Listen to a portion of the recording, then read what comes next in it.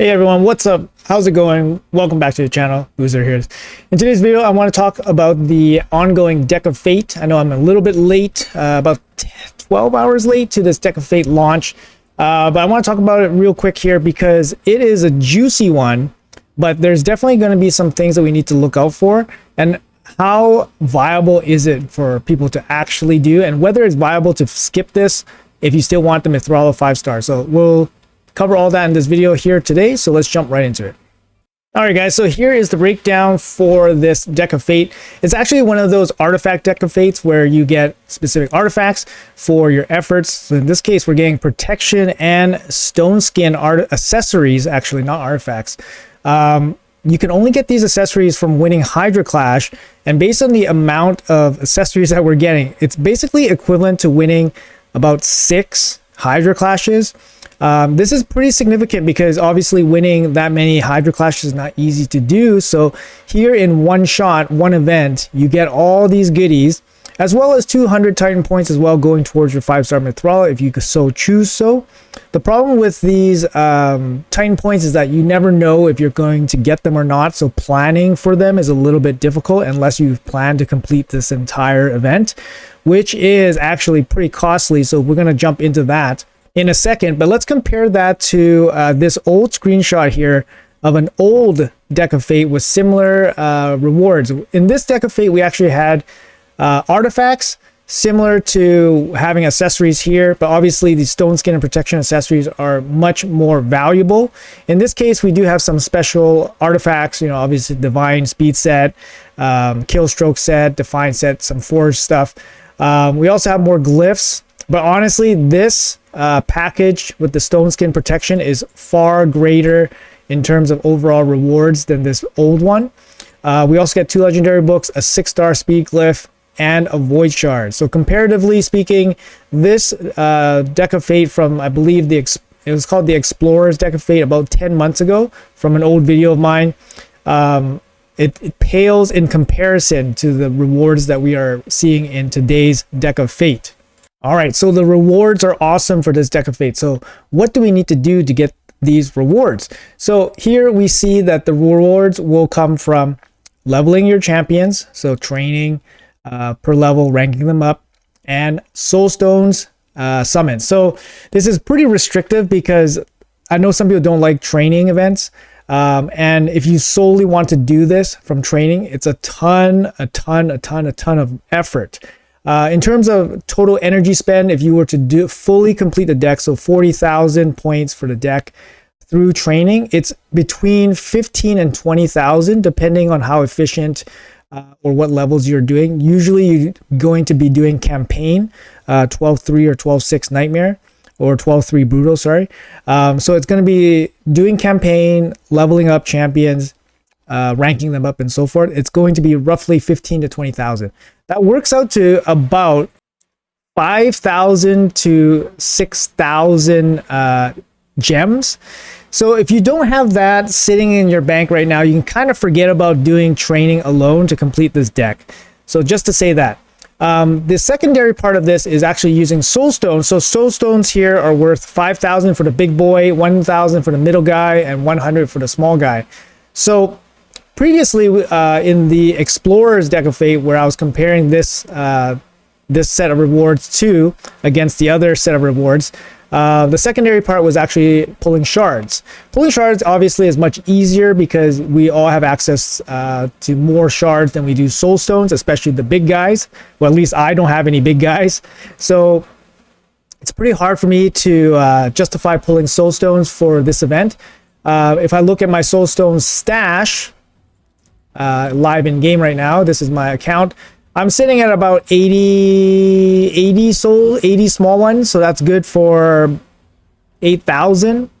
And then I got 12 of these middle guys, which is good about 12,000. So if I pull everything I have, that gives me about 20,000, which means I'm halfway done, which means it saves me about probably 8,000 or 9,000 energy. I mean, overall, it's kind of not the best because if you guys have been paying attention, Plarium has been basically on point with offering some kind of soul stone chase or boosted soul stone event literally the week before a new fusion drops. They have been very on point with this. I've noticed this has been happening at least 2 or 3 of the last fusions, where they always have a boosted soulstone event or some kind of really good soulstone event literally right outside the fusion on fusion week. So this week we're going to have a champion chase on the weekend, which lines up perfectly for a summon rush next weekend, which lines up perfectly for a fusion to drop. So if we look at the schedule real quick here, we see the big blackness here that is probably going to be a fusion drop, which coincides with the end of the Serpent Titan event. So we probably will hear about a new fusion coming in maybe the end of this week or maybe early next week. And then we'll likely have the fusion drop here during the summon event. So it is very likely, to me at least, that there will be some kind of soulstone event either Monday or Tuesday dropping around here. So I would caution slightly to not spend your soulstones if you can help it, to try to complete this, if you want to complete this Deck of Fate this time, to try and avoid using your soulstones and go strictly for training. But like I said, guys, training is no easy task for this event, because you're staring at about 15 to 20,000 energy, and you need the food that's ready. So I'm going to give you guys a quick tip here based on the calendar. So today's Tuesday. Based on the calendar, Champion Chase event does overlap in the final day of the Deck of Fate event. If you need food, this is the time to pull food to rank up your champions to get the final points you need for the Deck of Fate. Don't pull food here, don't pull food here or whatever. If you have champions ready to be leveled up, level them up throughout the week, complete your dungeon divers here, and then once they're all leveled up, then bring them into then summon shards during the champion chase, and then use those food champions to rank them up. This is how I would do it with the obviously the optimal way, obviously. But yeah, I don't think the Deck of Fate obviously is going to be a big energy spend. Luckily, there is a dungeon divers here, so you can kind of capitalize on campaign farming. But obviously, there's just a lot of things going on, right? Like you have the dragon tournament, spider tournament. Now you're doing campaign. Sand attack, of course. There's a lot of things going on here. You really have to prioritize, right? So if you guys are super limited for resources, keep that all in mind. Be very selective about what you want to do. And of course, you can fully skip this event because you are allowed to skip up to 250 of these Serpent points. But of course, the remaining 50 is probably not going to be allocated very efficiently, in my opinion, because we can see here, for example, the classic arena takedown is only 30 here. So I guess you can skip a classic arena takedown. And I noticed that the dragon turn attack, this is actually 80. So you can't even skip one of these turn attack tournaments with your remaining 50 if you so choose to skip fully the Deck of Fate. So I feel like Plarium has definitely given us some of these weird numbers like 80, 30. And I'm sure in the artifact enhancement event that's dropping later today, there's going to be some super weird increments in this as well that makes having the 50 free kind of serpent tournament points, serpent points, not work out very efficiently for us. So I would be extra cautious about that. Also, guys, here on the right hand side, I compiled a list of all the available accessories that we have for each faction. So if you guys want a quick cheat sheet of what is available, you can also do it manually by clicking each item, and it will show you which faction it belongs to. So for example, if you need something to complete a 9-piece set for a champion, or or a arena nuker that needs the SS, the stoneskin accessories, then you can check it out here if your class is listed here. Honestly, these rewards are insanely good. Personally, I'm going to try to do this on my main account. I can't imagine doing 2 of these training events on 2 different accounts, so my alt account will probably sit this one out. But my main account, I will probably spend the energy to do all the training necessary to finish off these rewards. I am going to save my soul stones because I do feel like next week it's likely to have some kind of boosted event.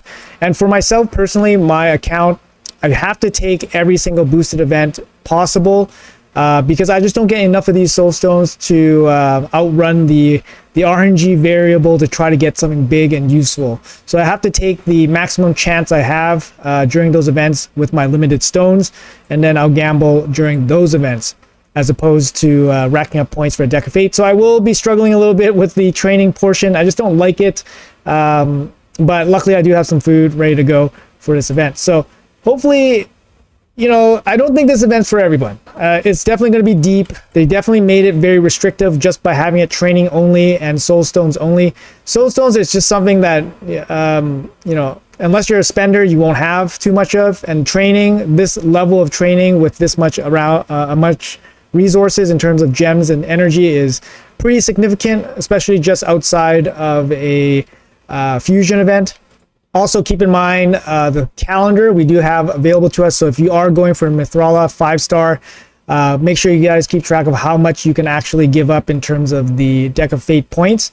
If you're spending the energy, make sure you allot for the upcoming tournaments that you still have to complete. They're likely going to be epic only tournaments if the dragon and spider are any indication of the ice golem and the fire knight. So it might be a little bit more difficult depending on your roster. Also keep in mind there is another dungeon diver coming up next week in a couple days or so. So there is still some energy spend that you will have to allow for. So keep that in mind if you're planning to go for this.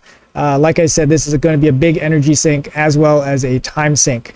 But anyways, hopefully you guys enjoyed my quick review of everything. Let me know what you guys are planning to do with this event.